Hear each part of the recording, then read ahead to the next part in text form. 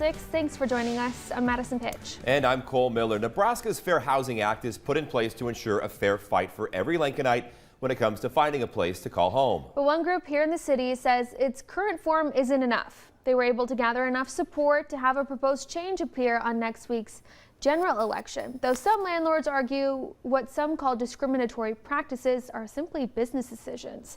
1011's Sam Cobb spoke with both sides and has more on the initiative. The Lincoln for Fair Housing Coalition has been the driving force behind the proposed changes to Nebraska's Fair Housing Act, measures that would reverse a landlord's ability to refuse tenants who are in the Section 8 housing voucher program. The reality is that these tenants are the same as other tenants. They're not any more risky than any other type of tenant.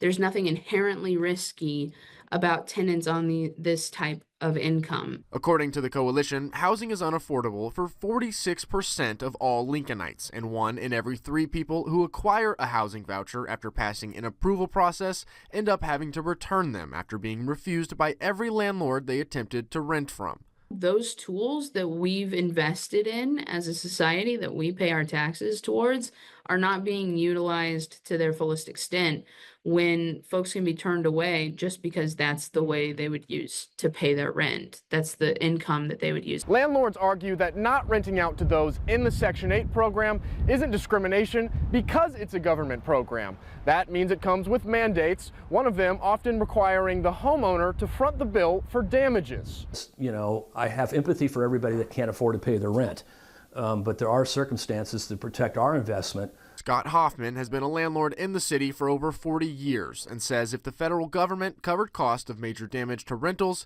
he'd be in full support of the measure. But when past repairs have resulted in as much as 2 years worth of work, it's just too big a risk. Somebody that cannot afford to pay the rent and is not making 2 to 3 times the rent, which is what our threshold is, most people are going to be capable of paying for damages. According to the coalition, 22 states have already passed similar protections, though in Missouri, lawmakers are currently working to pass legislation that would reverse them. Reporting in Lincoln, Sam Cobb, 1011 News.